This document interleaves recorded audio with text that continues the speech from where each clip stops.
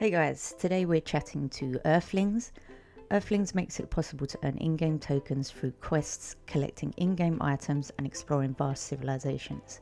Corrupt governments have ruined the world as we know it, and as a player you find yourself in a new world where people have started over, and with most scientists and technology gone, you are left with vintage and steampunk influenced technology to have fun with. Thank you for joining. Hi, Sarah. Thank you for having us. We're going to jump straight in, and the first thing I'd like you to do is just give a brief introduction of who you guys are and what you're building in blockchain, please. You want to go first, Joey, or you want me to go first? Go ahead, take it away. Okay, so well, my name is Patrick. People know me on Discord as Patron. It's funny how many people call me Patron. I'm fine either way. So I started this project 2 years ago, and then I got my brother involved just a few weeks after. Got Jorgo, the third founder, involved a few days after that as well, and then Joey and some other team members that are well known in our Discord as well joined as well. So I wanted to revolutionize the Web3 gaming and metaverse space, actually, because I was a bit annoyed on the last bull run on the projects that were over-promising and under-delivering, especially when it was, if you looked at the quality of the projects, amazing trailers and promises on what they would build on quality, and then when they got closer to delivering the game or the metaverse, it was nothing like what they were showing. So I told my brother, hey, I think we can do this better, and why not also go into the Web3 space, because we did see that there was an opening, especially in there, and we said if we can bring real quality to Web3, that might be something that we can really do something with. So that's where we started. My brother and I, we both have a background in the design industry, and I think that is very important. We are not like the typical businessman who say, hey, let's see where we can make money and we'll set up a project. And no, we have a passion for design and also for gaming. So I think that's a natural fit, because in gaming, the quality matters, and we'll probably talk about that as well. And if you can't deliver that quality, how are you? How are you going to compete with Web2 gaming? Because if we don't see that happening in Web3, it's never going to get out there. Because the Web3 space, yes, there's millions of people in there, but if you can't get these gamers from Web2 towards Web3, it's always going to be a tiny space. And Web2 and Web3 gaming, there's not even a comparison there. Half of the world is gaming, so you need to focus on that, and that's what we are set out to do. So I'm going to give you to Joey now, because I can ramble on for hours. That's perfect. So shortly after Patrick and Marcel and Jorgo created Earthlings Land, they put a white paper out and created a Discord and got active on Twitter at the time. And I'd held some other metaverse projects, and like Patrick said, I was really let down with the end result, what they actually released to walk around in. And I jumped from one to another and found the Earthlings white paper, and I was already a fan of Hedera and HBAR and what could be done with gaming or metaverses with the technology. I told Patrick a little bit about my background in banking. I have a degree, multiple degrees in marketing and management, and then I worked for the bank, and then I started my own business. All of that led to Patrick saying, hey, what do you know about tokenomics? What do you think you could do to help build the tokenomics out for Earthlings? And we started that process over a year and a half ago now, right, Patrick? And it's just been building and building. So what we wanted to do with Earthlings is have a tokenomics that wasn't just about farming tokens through the game in the metaverse. So initially we said, okay, let's have a token called Steam, in which you can use to do your shopping, participate in events. You can collect Steam through quests and activities. And that turned into, well, Web2 players are used to having an economy in the game, and they're used to spending some kind of currency in the game. You can go to the grocery store in the US and see Roblox gift cards for people to buy their currency that actually has no real value other than buying skins or spending in the game. We decided at that point, let's have a dual currency system. Let's have something that Web 2 people are familiar with, something they're comfortable with, something they've been using for years that can act as a reward, and you don't have to integrate your wallet. They'll be able to take those tokens and use them to buy NFTs or participate deeper into the game, where we will slowly walk them into our Steam token, which is on-chain, launching May the 3rd. People that are familiar with it can trade it. They can use it in the game. And we wanted to have a token system that truly gave our gamers and community members the most utility possible, the most we could think of for any game on the market. Thank you guys very much. To jump straight in then, and you can go as in-depth as you want with this question. What is Earthlings? Yeah, that's actually a question that I can talk hours about. First of all, we're a game. And to not go too much sideways, I made some notes of short words because I'll go sideways a lot if I don't.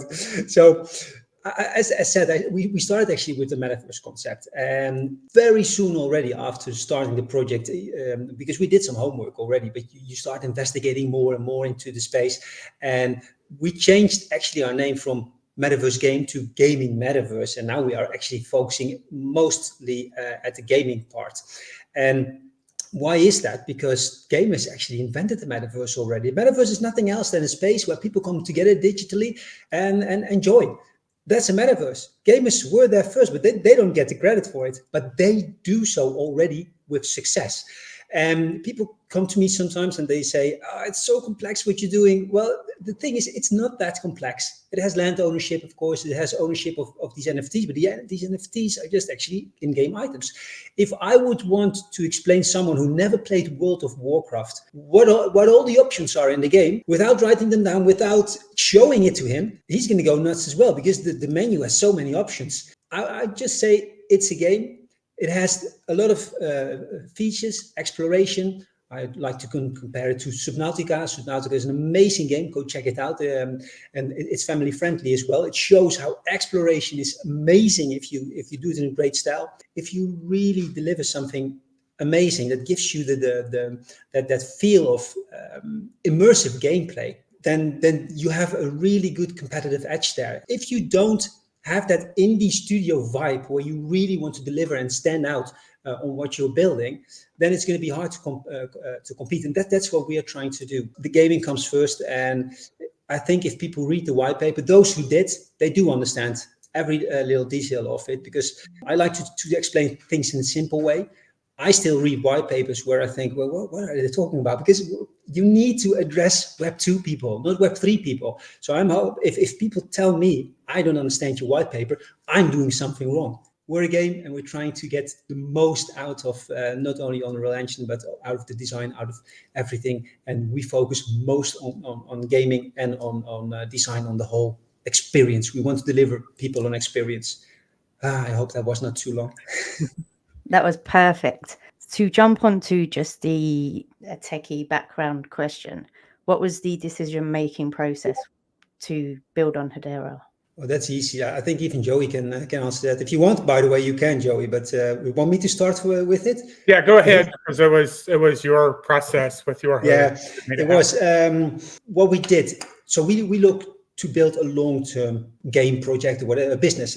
So we have a long-term business model, and we did see, of course, the overly hyped chains that were still even in the bear market were always on the foreground, and everyone was talking about them. They have a lot of exposure, not compared to gaming, as we said, but within the Web3 space. So it would have been a lot easier to raise a budget there. But the thing is, I needed to consider the long-term viability. Help me with this word, guys. Viability? Yeah. Wow.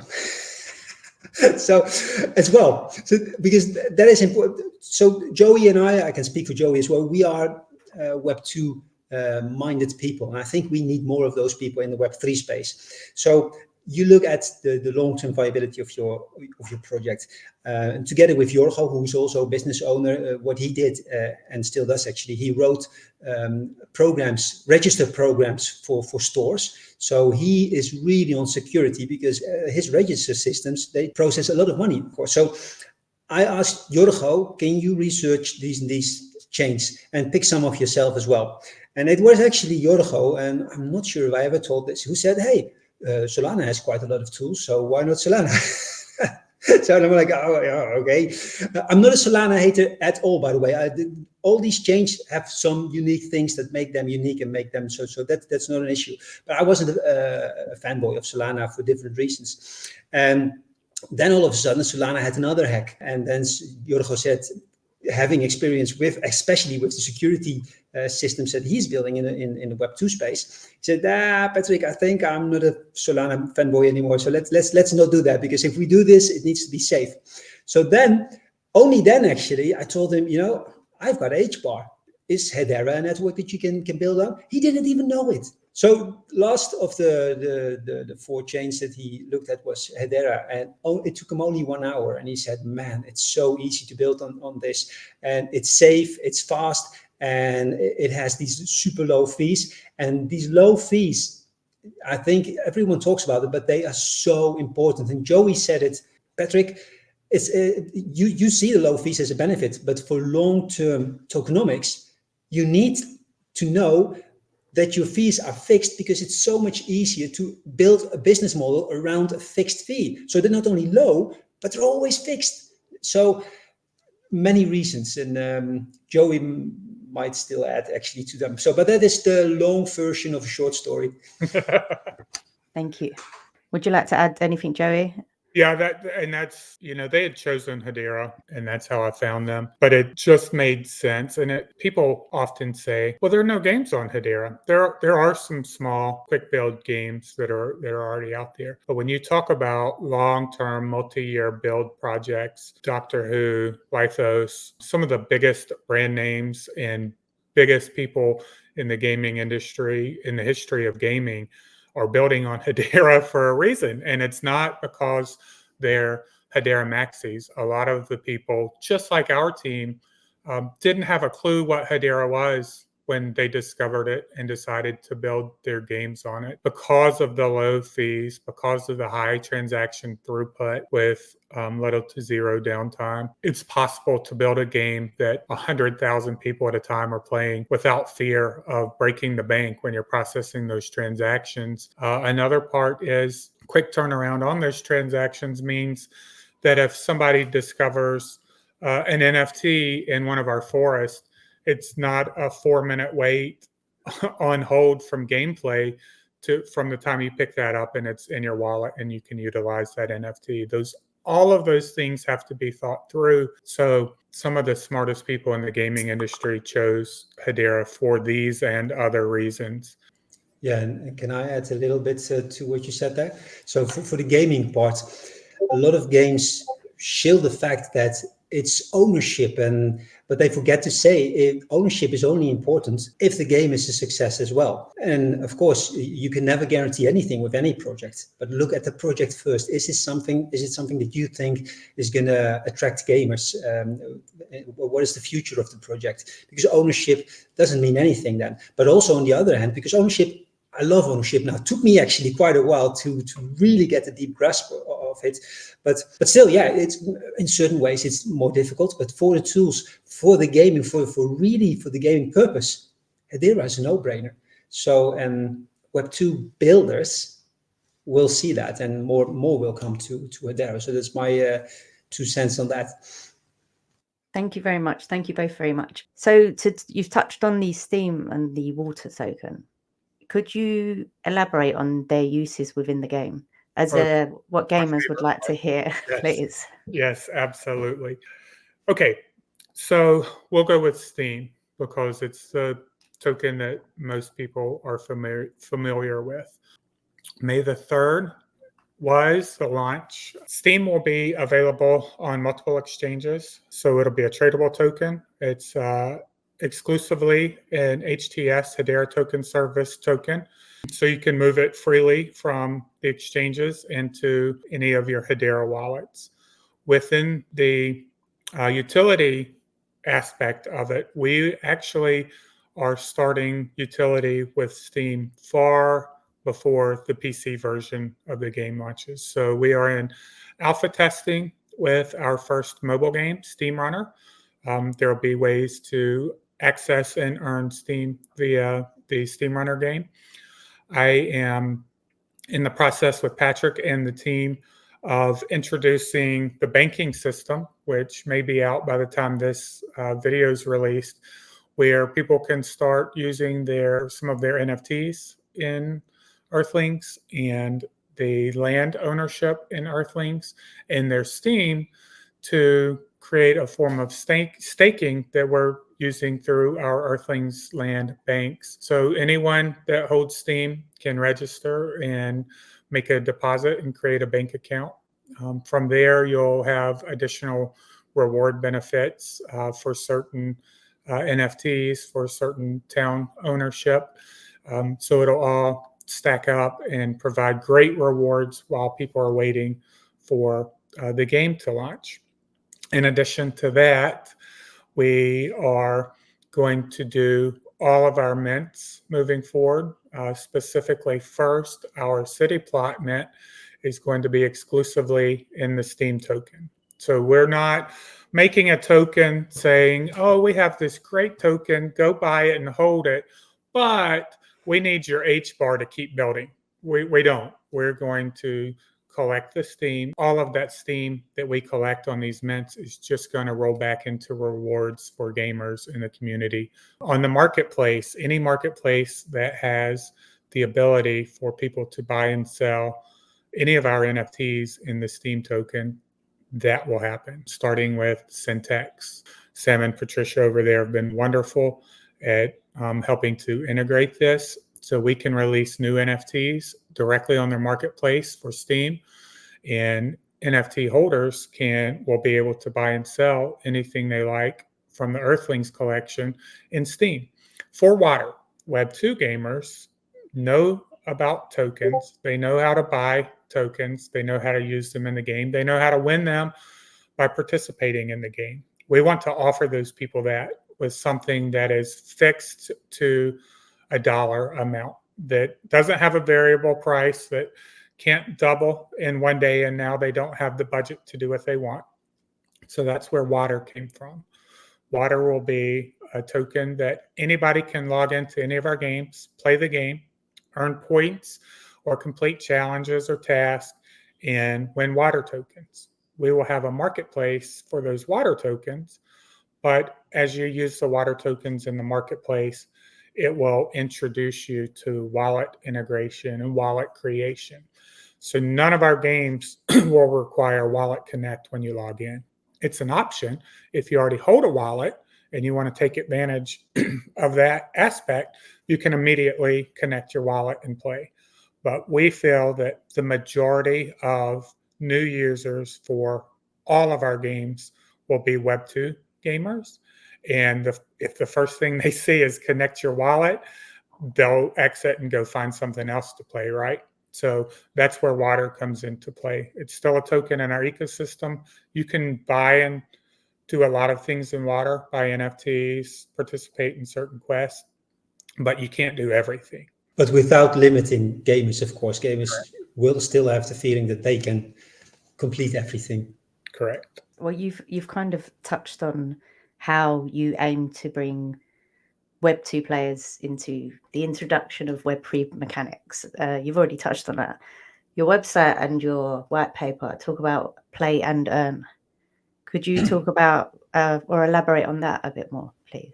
Yeah, we are actually trying to converge more towards gaming and actually try to almost hide all these words, because the thing is, people in Web3 already know we are a play and earn game, but we want to appeal to Web2 gamers, of course. So that's something that we are working on as well.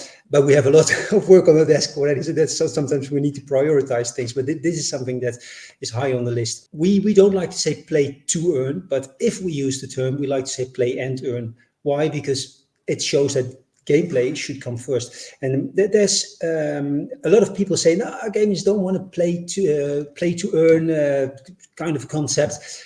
But they forget that gamers, if you offer them a good game, always pay to earn already, actually, because they are paying for the game. They're doing in-game purchases on average. They spend $76 per month, half of the population. So you can imagine the numbers on that. So yes, gamers don't mind paying to earn. So that sounds even worse, but it is true. They do.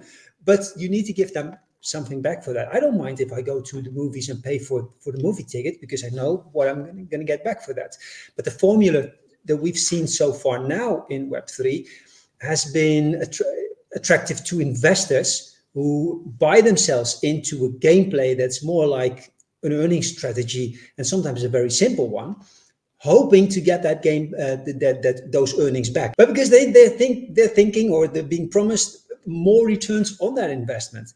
But that's not gaming. That's an investing game. We like to focus more on the word gaming, and we need to buy out Jorgo's time a little bit more, because he needs to revamp the website. But we are 100% actually still to date community funded.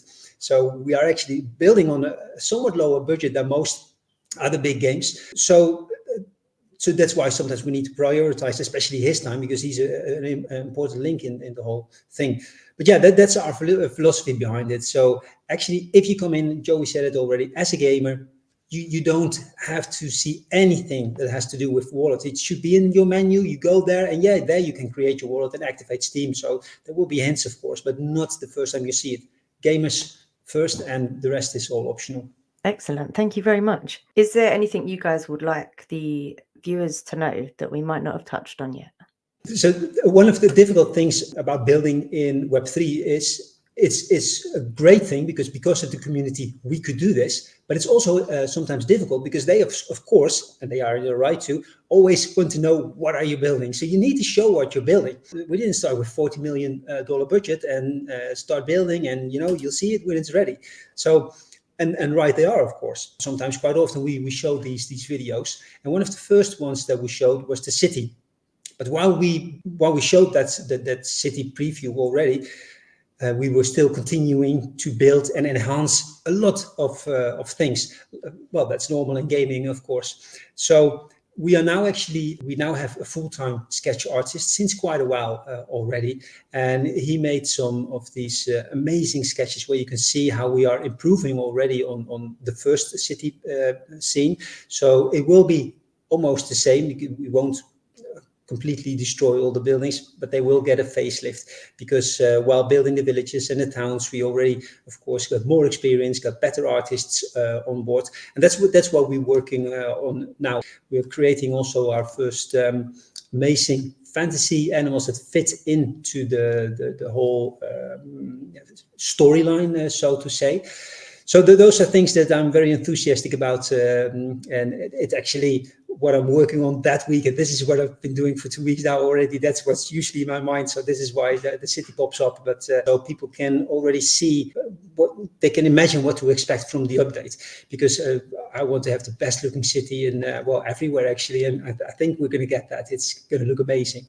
What if you could give gamers the option to have an apartment in Fortnite? It will blow their mind, because it looks good, the game as well. That's the feeling that we want to give them. Real gaming experience, but you can own a piece in your game. Excellent. And if people wanted to learn more or get involved in Earthlings, where would you send them? We're getting people every day. So people are coming into our Discord. The best place to start is earthlings.land. Read the white paper. Perfect. Thank you. Listening to you guys speak and explain more about Earthlings, my brain has like Fallout 4 meets Cyberpunk, but with Zelda graphics and beauty, and your brain can go crazy with the things you've described. So I very much look forward to playing your game, and thank you very much for being here. Thank you. It was a big pleasure. Thank you. It's great to see you again. Thank you guys so much for watching. Don't forget to like and subscribe, and remember, none of this is financial advice.